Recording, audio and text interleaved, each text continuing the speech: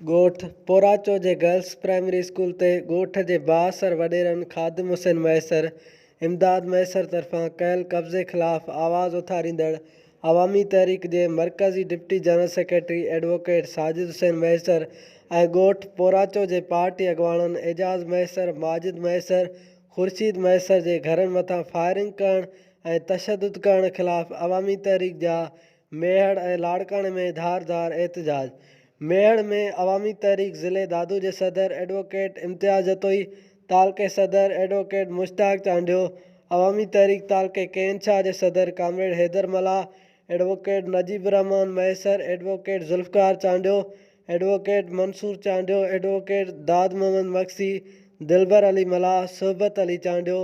एजाज़ मैसर ऐं ॿियनि जी अॻवानी में एहतजाजी मुज़ाहिरो करे बुख हड़ताल करे सख़्त नारेबाज़ी कई वई। लाड़काणे में अवामी तहरीक जे मरकज़ी राब्ता सेक्रेटरी मेहरान सिंधी,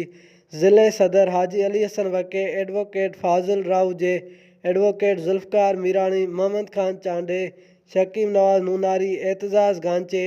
नवीद अब्बास कलोड़े ऐं तुफ़ैल जखरो जी अॻवानी में प्रेस क्लब आॾो अलामती बुख हड़ताल कई वई। अॻवाननि मुतालबो कयो त ॻोठ पोराचो जे स्कूलनि तां कब्ज़ो ख़तमु कराए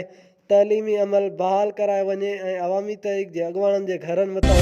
फायरिंग कंदड़ ऐं उन्हनि मथां तशदुद कंदड़ ग्रुपनि ख़िलाफ़ कानूनी